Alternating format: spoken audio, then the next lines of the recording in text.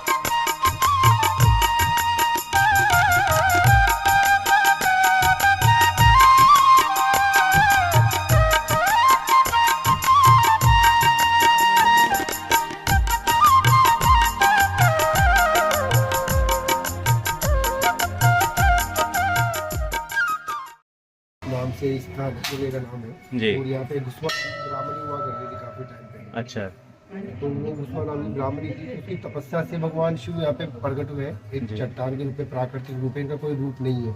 अच्छा। तो उसका नाम घुस्मा था।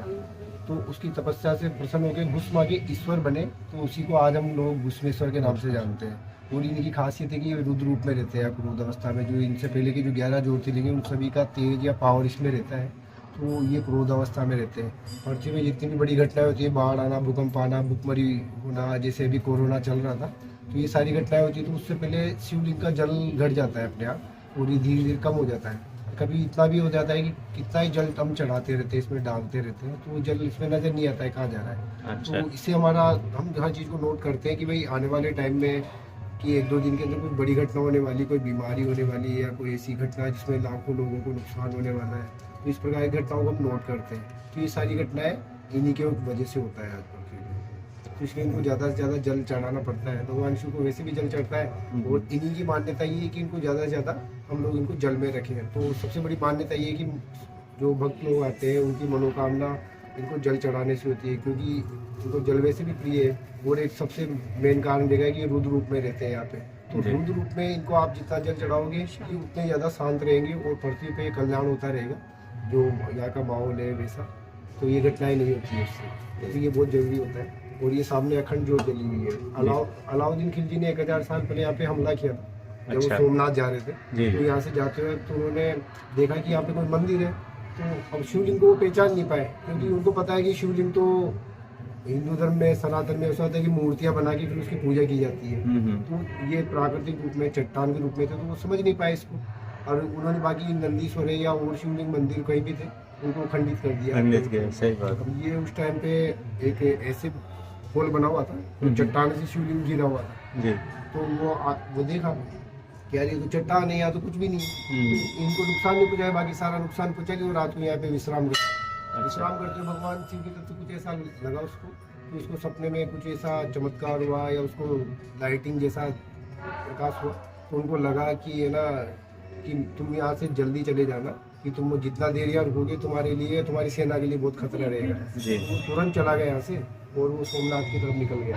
फिर यहाँ पे उसके बाद पता नहीं था लोगों को कि यहाँ पे मंदिर हो सकता है। तो एक पास में टापुर नाम का गाँव है, तो वहाँ से एक गाय आती थी यहाँ पे रोजाना, वो शिवलिंग पे आके दूध चढ़ाती थी, अपने आप उसके थन से दूध चढ़ता था और शिवलिंग पे ही चढ़ता था। जी। तो उसका मालिक सोचता है कि रोज इसका दूध कौन निकालता है, कि अपन एक बूंद नहीं ले पाते इसका, पूरी सारा दूध कहाँ चढ़ा के आती है। तो अच्छा। पीछे पीछे कुल्हाड़ी लेके आ गया इनके पीछे। हाँ हाँ। वो कुल्हाड़ी लेके आया तो वो देखा कि गाय का दूध यहाँ पे अपने आप निकल रहा है। अभी क्यों निकल रहा है उसने सोचा नहीं था, तो लेकिन वो सोचा कि यहाँ पे कुछ ऐसी देवी शक्ति है या कुछ ऐसी गलत शक्ति होगी, कुछ भी मान लो, तो वो नेगेटिव शक्ति को मान लेती है।